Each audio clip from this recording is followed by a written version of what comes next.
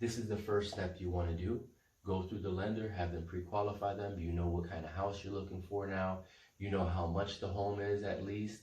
And then the follow-up conversation now, maybe just do an email, something very accessible to them, would be step 2, which is to get them in contract with you now. Because the whole time that you are discussing matters with them as a customer, you are simply providing them with the general assistance to get them geared up towards purchasing a home. That's all you're doing. Now, once you have a contract, the contract in and of itself means that you both have a contractual agreement with one another, that you will have a fiduciary duty with them and make sure that you will take care of them to the utmost of your abilities. Okay, and that you will openly communicate all things to them as well. So you want to make sure that this contract is done immediately.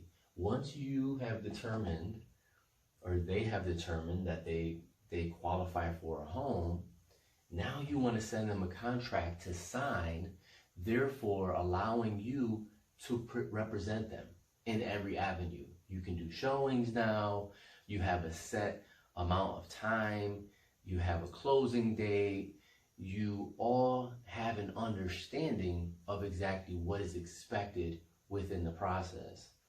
And so now they can rely upon you for any information. So very important, very important.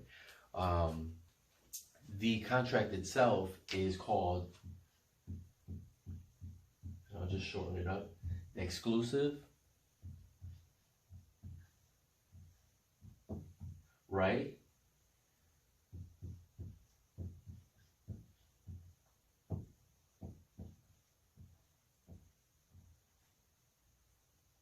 so that's the one you want right there, the exclusive right to represent the buyer.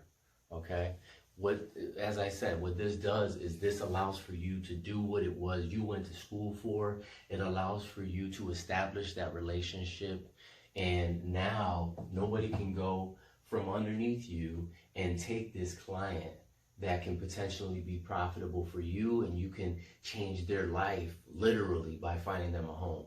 So 2 is crucial. I have had situations where I was working with somebody and they were working with another realtor, but I didn't know. And so I asked them, I said, hey, so, are you working with another realtor? And they said, no, we spoke to one, they showed us something, but that was it. There hasn't been any communication since, there's been no reaching out, none of that. I would like to work with and move forward. That's how the conversation kind of goes. And the only way that would ever even ethically be good is if there isn't a contract already established.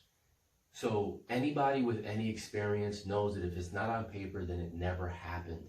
And so you want to make sure that once you get this contract set and situated, that's it. It's done. That's your client right there. Regardless of what situation occurs, that is your responsibility to the client now to make sure that you deliver on your end, which will only bring you more business in the future. But overall, now nothing else is anything worth of worrying. Okay, so step 2, contract.